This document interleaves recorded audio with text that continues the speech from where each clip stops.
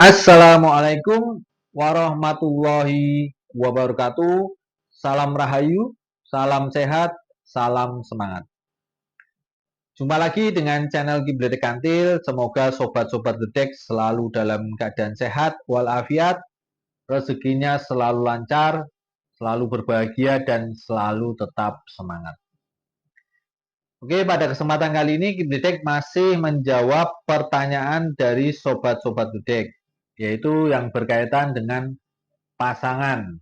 Jadi weton ini berpasangan dengan weton ini itu hasilnya bagaimana? Untuk video kali ini karena kemarin ada yang bertanya tentang wetonnya, yaitu tolong dijawab weton Senen Kliwon berpasangan dengan Kamis Legi itu hasilnya bagaimana? Maka Kibletek untuk video kali ini Kibletek bahas tentang Senen Kliwon berpasangan dengan Kamis Legi. Untuk yang lainnya sudah banyak Kibletek bahas, kalian bisa cari di video Kibletek bahas. Mungkin ada yang weton pasangan kalian ya. Oke, sebelum masuk ke pembahasan tentang Senen Kliwon ini berpasangan dengan Kamis Legi itu hasilnya bagaimana, Kibletek wanti-wanti, gunakan prediksi secara bijaksana, gunakan prediksi hanya sebagai alat untuk menganalisa, mengantisipasi maupun membuat suatu rencana. Pada prediksi ini Kibletek memakai 10 metode perhitungan yang ada di Primbon. Jadi di Primbon itu sebetulnya banyak sekali perhitungannya.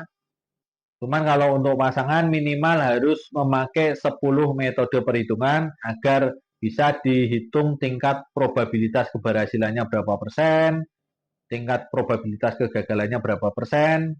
Nanti itu bisa digunakan untuk menganalisa bagaimana ataukah bisa dilanjut atau tidak, terus mengantisipasinya bagaimana, terus rencana ke depannya bagaimana.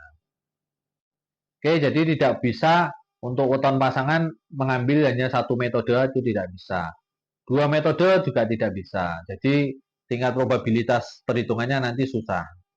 Jadi minimal untuk pasangan itu memakai 10 metode perhitungan.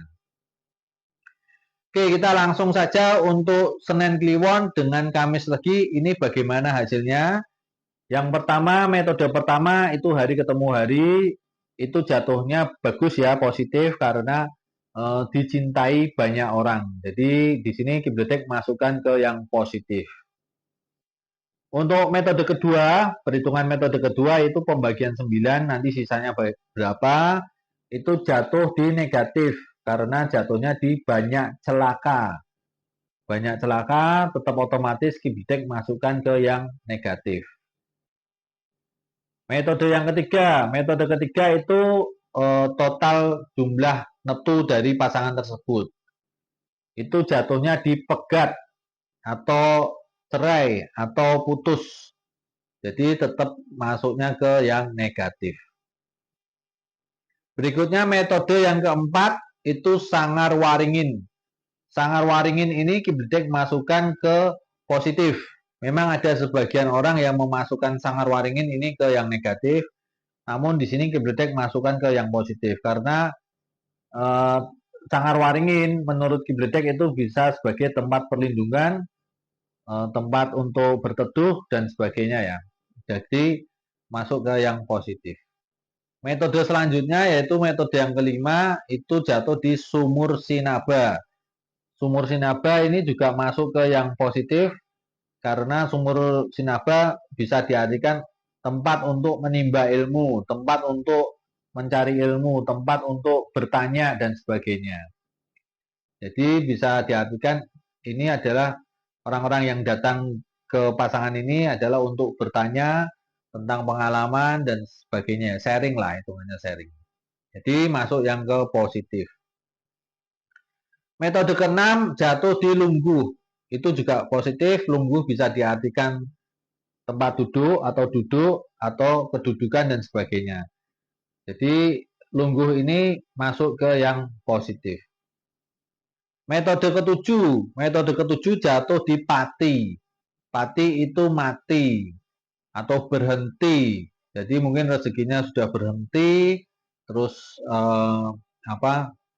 peluang dan sebagainya juga sudah berhenti, tidak ada kesempatan lain. jatuhnya ke mati. Jadi mati itu sudah tidak bisa berbuat apa-apa. Terus metode yang ke-8. Metode ke-8 jatuhnya di gonto. Gonto itu bisa diartikan tidak memiliki anak, bisa diartikan rezekinya seret atau tidak memiliki rezeki dan sebagainya ya. Jadi gonto ini masuk yang ke negatif. Tadi pati negatif, ini gonto juga negatif. Metode ke-9 jatuh di bejo. Bejo itu beruntung atau keberuntungan. Banyak sekali keberuntungan yang akan didapat. Jadi rezeki yang entah dari mana datangnya itu secara tiba-tiba atau mendapatkan keberuntungan yang tidak diduga-duga semacamnya. Oke, yang metode ke-10 itu antara elemen. Jadi elemen kliwon dengan legi ini sebenarnya saling bukan saling ya. Jadi legi ini mengikis kliwon. Jadi di sini Kibledek masukkan ke negatif. Jadi kalau secara elemen itu menghancurkan, ada salah satu elemen yang menghancurkan elemen lainnya atau menghalangi elemen lainnya, jadi masuknya ke yang negatif. Oke, dari 10 metode ini bisa diprediksi dengan tingkat probabilitas 50% berhasil, 50% gagal. Namun karena tadi di atas, di awal-awal, jadi nilai awal-awal yang Kibledek sebutkan itu sebenarnya prosentase bobotnya itu lebih tinggi. Jadi meskipun 50% berhasil, 50% gagal, namun di sini kecenderungannya itu memang lebih berat ke yang 50% gagal. Jadi kalau mau dianalisa pakai saja yang 50% berhasil, 50% gagal. Jadi nanti bagaimana cara mengantisipasinya, kalian bisa cari, mungkin bisa bertanya ke orang-orang sepuh di sekitar kalian. Kalau menurut Kibledek, cara mengantisipasinya untuk pasangan ini itu ya mencari hari akad, tanggal akad, jam akad yang bisa mengantisipasi dampak dari selawe ini. Ini kan jatuhnya di selawe, jadi dampak dari selawe, hitungan selawe. Jadi biar nanti dampak dari metode yang ketiga ya, pegat itu bisa diminimalisir. Jadi meskipun nanti mungkin perjalanannya banyak sekali cobaan, namun masih bisa bertahan, minimal kita meminimalisir pegatnya ini. Oke Sobat Bedek, ini jawaban dari Kibledek Kantil untuk probabilitas prosentase keberhasilannya untuk Senin Kliwon dan Kamis Legi itu 50%, 50%. 50% berhasil, 50% gagal, meskipun sebetulnya condong ke 50% yang gagal. Namun, kalau kalian mau tetap dijalankan, kalian bisa mengantisipasinya, mencari jam akad yang bagus, tanggal akad, hari akad, bulan akad. Jadi, bagaimana caranya mencari hitung-hitungan untuk akadnya ya. Nanti insya Allah bisa mengantisipasi hitungan selawe ini. Oke, wassalamualaikum warahmatullahi wabarakatuh. Salam rahayu, salam sehat, salam semangat.